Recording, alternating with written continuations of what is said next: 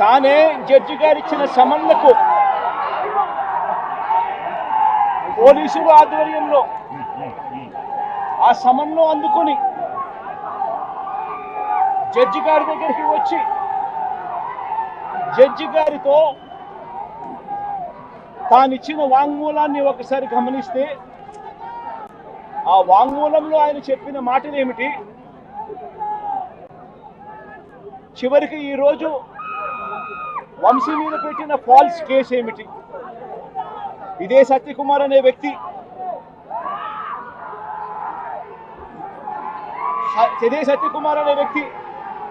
Judge గారు మూదర judge గారి సమక్షంలో సత్యవర్ధన్ అనే వ్యక్తి వంశీ ఎలాంటి తప్పు చేయలేదు అని చెప్పినప్పటికీ కూడా వంశీ మీద తప్పుడు కేసులు ఈరోజు బనాయించడం జరిగింది. ఒకసారి ఈ కేసుకు సంబంధించి ఘటనలు ఒకసారి గమనించాల్సిన అవసరం ఉంది.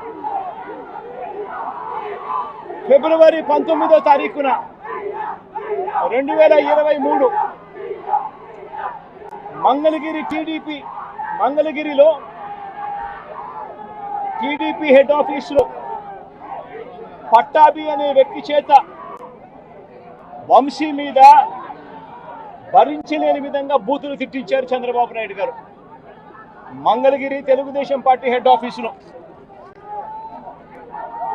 ఫిబ్రవరి 19, 2023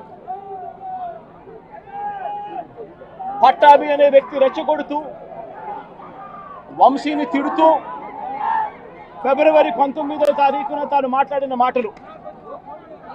ఫిబ్రవరి 19, 23 వాడో పిల్ల సైకో, నేనే గన్నవరం వెళ్తా, ఎవడేం పీకుతాడో చూస్తా, ఆ వంశీ సంగతి తేలుస్తా, నియోజకవర్గంలో నుంచి బయటికి విసిరేస్తా అంటూ గన్నవరం ఎమ్మెల్యే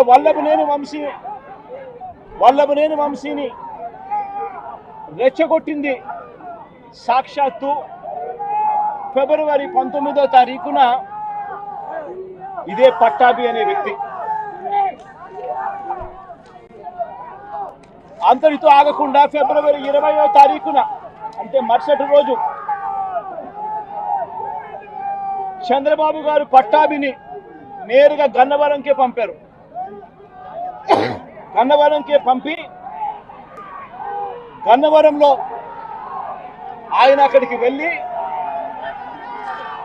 గన్నవరంలో మళ్ళీ ప్రెస్ మీట్ పెట్టి మళ్ళీ వంశీని మళ్ళీ తిట్టి అదే గన్నవరంలో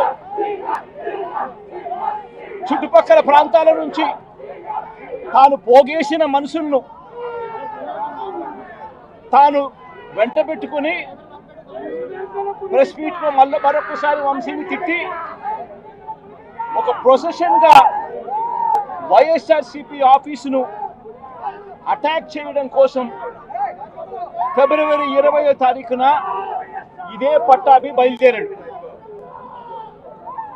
బయలుదేరిన ఈ ఘటనలో ఇదే పట్టాభి ఫిబ్రవరి 20వ తారీఖున వైసీపీ ఆఫీసుకు తాను మనుషులతో ప్రొసెషన్గా తాను అక్కడికి వెళ్ళి ఆ రోజు పార్టీ బయట ఉన్న ఒక దళిత సర్పంచ్ సీనయ్య అనే వ్యక్తిని కూడా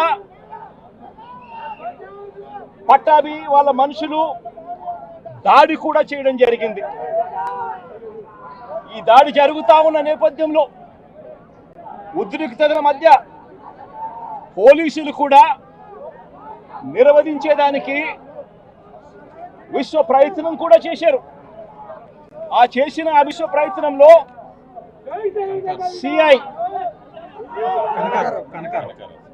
కనకారావు, ఈయన కూడా దళితుడే, సిఐ కనకారావు తల పగలగొట్టి నిరోధించే కార్యక్రమంలో సిఐ కనకారావు తల కూడా ఇదే అల్లరి మూకలు పట్టాభి నేతృత్వంలో ఇదే అల్లరి మూకలు తల కూడా పగలగొట్టారు.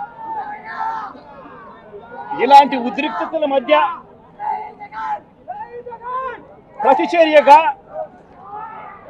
ప్రతిచర్యగా తెలుగుదేశం పార్టీ వాళ్ళు ఇటువైపున రావడం, ప్రతిచర్యగా వైసీపీ వాళ్ళు కూడా అటువైపున వెళ్లే కార్యక్రమం జరగడం, ఈ ఘటన జరిగింది.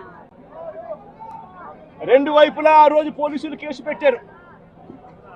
వైసీపీ ప్రభుత్వం అధికారంలో ఉంది, అయినా కూడా వన్ సైడెడ్గా కేసులు వాళ్ళ మీద పెట్టలేదు. రెండు వైపులా కేసులు పెట్టారు, రెండు వైపులా ఉన్న వాళ్ళ మీద కేసులు పెట్టారు.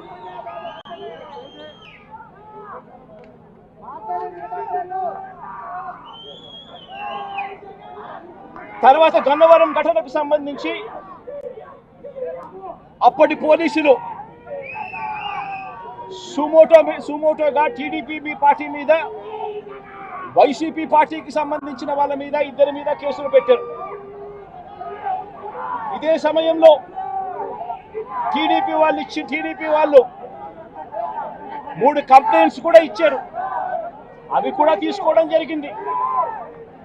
కానీ ఈ ఘటనలన్నీ కూడా టీడీపీ ఇచ్చిన కంప్లైంట్స్లో కానీ, ఆ రోజు ఇచ్చిన కంప్లైంట్స్లో కానీ, పోలీసులు పెట్టిన కేసుల్లో కానీ ఎక్కడా కూడా వంశీ పేరు లేదు.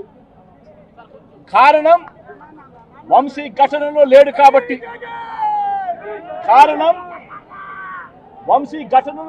కాబట్టి, ఘటనా స్థలంలో తాను లేడు కాబట్టి వంశీ పేరు ఎక్కడ ఎవరు కూడా చెప్పలేదు. తెలుగుదేశం పార్టీ ఇచ్చిన కంప్లైంట్స్లో కానీ, పోలీసులు పెట్టిన కేసుల్లో కానీ. ఫిబ్రవరి 22వ తారీఖున, అంటే ఫిబ్రవరి 20వ తారీఖున ఇది జరిగింది.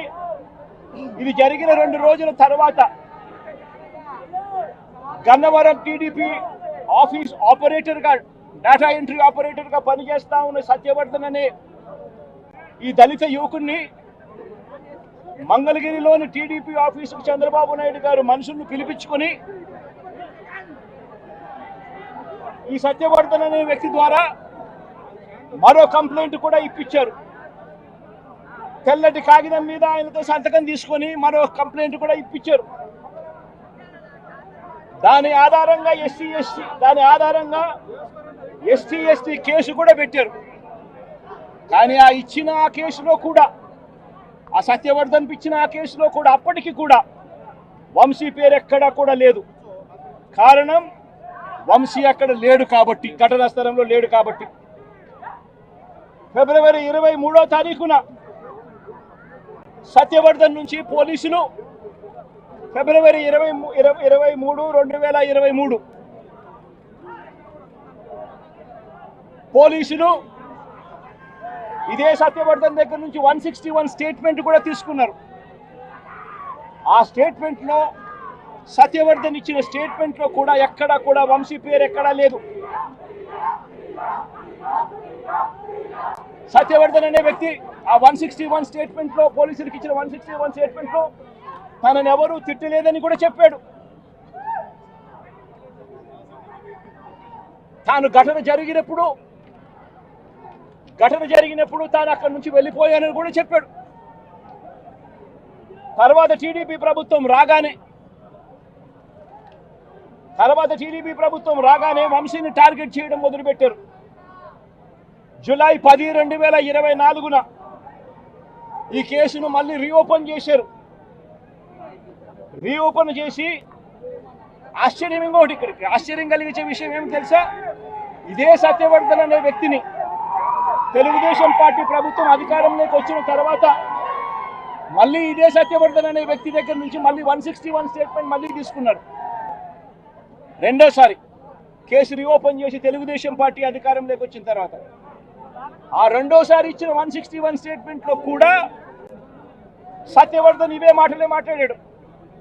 నన్ను ఎవరు తిట్టలేదని, వంశీ అక్కడ లేడు అని, తన ఘటనా స్థలం జరిగినప్పుడే తను అక్కడి నుంచి వెళ్ళిపోయాడు, అదే మాటలే మాట్లాడాడు. పోలీసులు చంద్రబాబు నాయుడు గారి ప్రభుత్వంలో తీసుకున్న 161 స్టేట్మెంట్లో కూడా